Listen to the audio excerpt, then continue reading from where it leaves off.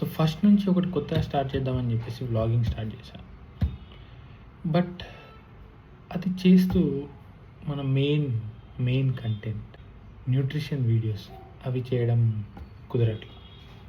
So from tomorrow nutrition vlogs చేస్తా and daily vlogs continue చేస్తా mostly. ఎందుకంటే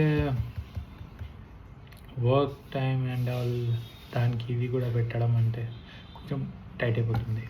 ఎందుకంటే మళ్ళీ ఎడిటింగ్ అవన్నీ చేయాలి కదా. మనం వేరే వాళ్ళకి ఎడిటింగ్ చేసేంత బడ్జెట్ మన దగ్గర లేదు, మనమే చేసుకోవాలి. సో మనం మెయిన్గా మన మోటో ఏంది, మన ఛానల్ని కుదిరినంత మందిని హెల్తీగా మార్చాలి. దానికి సంబంధించిన కంటెంట్ కంటిన్యూ చేద్దామని చెప్పి ఫిక్స్ అయిపోయాను మళ్ళీ. ఎందుకంటే ఆల్మోస్ట్ 3-4 months గ్యాప్ వచ్చింది. 3-4 months వచ్చింది. సో మళ్ళీ అవి స్టార్ట్ చేసేద్దాం. లాంగ్ వ్లాగ్స్ అంటే చేస్తా, weekly once or weekly twice. What you guys think? తెలుసు మీకు ఫరక్ పడది, బట్ రేపటి నుండి మళ్ళీ భరించంటారా. కొందరు నేను తిట్టుకుంటే చెప్తా అంటారు, కొందరు నేను మంచి కంటెంట్ ఇస్తున్నా అంటారు, విన్నా.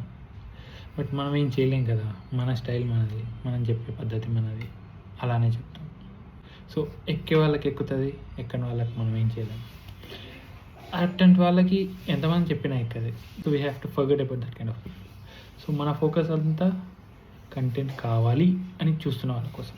Okay, so from tomorrow we are back to nutrition and health benefits of staying active.